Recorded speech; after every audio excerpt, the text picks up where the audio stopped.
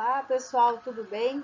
Estudaremos então para a nossa revisão vida, célula e sistema nervoso humano, as células. Então, leitura do livro didático, da página 170 à página 173. Por que estudar célula e sistema nervoso? Então, todos os seres vivos, eles são formados, são compostos por células, né? Então, células é a unidade básica da vida. E o sistema nervoso é o que comanda, né, essa interação do organismo com o meio ambiente. Então, é o cérebro que recebe, que interpreta, né, tudo que está em nossa volta. O que são feitos os seres vivos? De célula, né? Então, todos os seres vivos, exceto o vírus, tá? São formados por células. A célula então, é a estrutura básica da vida. É nas células que ocorre a transformação química, como obtenção de energia, formação e renovação dos componentes do nosso corpo.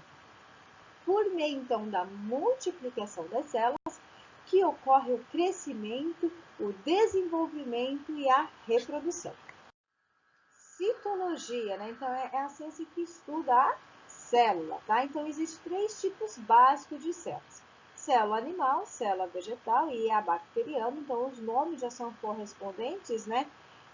Do que seres elas fazem parte. Por exemplo, célula animal é dos animais, né?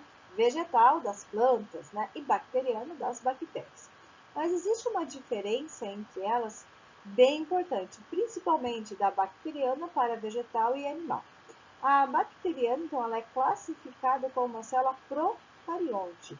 Por que procarionte? Porque seu material genético é disperso no citoplasma, não tem uma organização de um núcleo, tá? E na célula vegetal e animal, elas possuem algumas diferenças, mas as duas possuem o núcleo. E esse material genético fica dentro desse núcleo. Como que ocorre, então, essa organização desse ser vivo, né? Dessa vida? Todos os seres vivos são formados por células. Elas podem ser uma única célula ou várias células. Célula é a unidade anatômica e fisiológica dos seres vivos, ou seja, né? É a unidade básica da vida. Possui formatos e tamanhos diferentes, né? Nós vimos anteriormente que existem alguns formatos e também tamanhos diferentes. Todos possuem membrana e citoplasma. Independentemente se for célula vegetal, bacteriana, animal, ela possui membrana e citoplasma e algumas possuem núcleo e outros não. Algumas não vai ter esse núcleo organizado, então o material genético fica disperso no citoplasma e outro não. E as outras terão esse núcleo onde esse material genético vai ter um local específico. E os seres vivos, então, eles podem ser unicelulares ou pluricelulares. Unicelulares quando possuem uma única célula, né, que compõe aquele ser vivo. E pluricelulares, né, quando tem várias células para formar aquele ser vivo.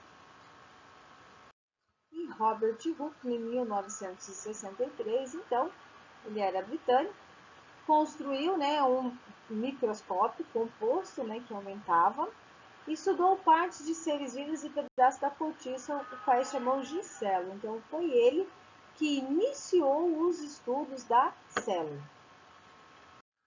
Aqui está a representação, né, de uma célula animal e também as suas organelas, tá? Vamos começar, então, pelo núcleo. Nós temos o núcleo, né? Então, ela é eucariótica, ela possui um núcleo organizado, e dentro desse núcleo nós encontramos um material hereditário ou genético, tá? Nós temos os lisossomos, né, que realiza a digestão celular.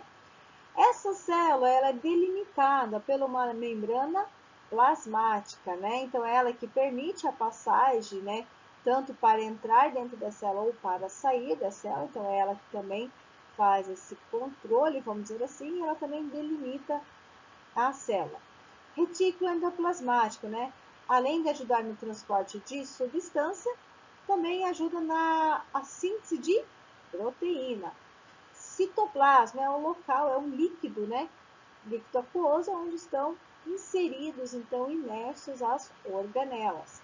Complexo de Golgi, responsável por armazenamento e secreção de substância.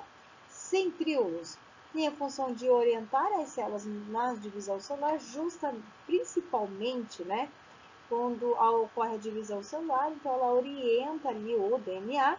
Mitocôndria, responsável pela respiração celular. Ribossomos, então auxilia na produção, na síntese de proteína, ok? Agora estudaremos, né, níveis de organização, página 174 a 175. Níveis de organização dos seres vivos, né? Então, o ser vivo pluricelular pode ter diversos tipos de célula.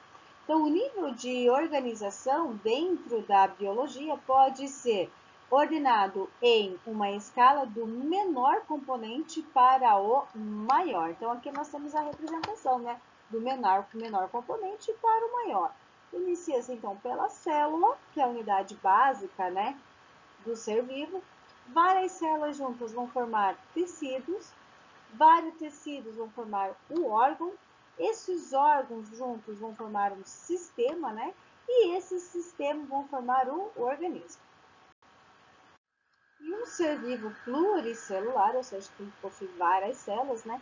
E essas células são diferentes também em suas funções, né? Por exemplo, a célula-tronco, ela vai se diferenciar em outras células, né? Por exemplo, ela pode se diferenciar numa célula do intestino, do fígado, do coração, célula nervosa, do sangue muscular. E cada uma dessas células juntas, né, vão formar um tecido e vai ter uma função definida. Alguns exemplos de tecido, né, no organismo humano. Lembre, então, que a célula é a unidade funcional básica, né, dos seres vivos, então várias células juntas vão formar um tecido. Então, tecidos são várias células semelhantes que interagem entre si, formando os tecidos que desempenham, então, elas juntas vão desempenhar uma função, né, específica no organismo humano. Então, aqui nós temos alguns exemplos. É tecido epitelial, de revestimento, sanguíneo, do nosso sangue, nervoso, né, das sinapses, a conexão do nosso cérebro, adiposo, né, a gordura, a muscular relacionada aos movimentos, né, não só do músculo, mas também de alguns órgãos, e também o ósseo, né, que faz parte então do nosso esqueleto. E os órgãos, né? Então, os órgãos são constituídos por tecidos. Os órgãos realizam funções específicas que garantem o funcionamento do organismo. Os tecidos que compõem os órgãos são relacionados às suas funções. Nessa imagem nós temos 3 exemplos, né? Por exemplo, o tecido muscular esquelético, né, que faz parte então dos músculos, está ligado ao esqueleto. Tecido muscular estriado cardíaco, né? Então, é um tecido que vai fazer parte do coração. Tecido muscular não estriado, né? Ela faz parte, então, dos órgãos. E o sistema? Então, os sistemas são conjuntos de órgãos que, ligados entre si, exercem uma função vital, específica, né? Garantindo o equilíbrio do organismo e a manutenção da vida. Então, lembre que o ser vivo pluricelular, ele vai começar, então, por uma célula. A união dessas células formará, então, um tecido. Esse tecido vai formar os órgãos um sistema, tá? E o sistema a manutenção, então, da vida. Por hoje é só, pessoal. Até a próxima aula.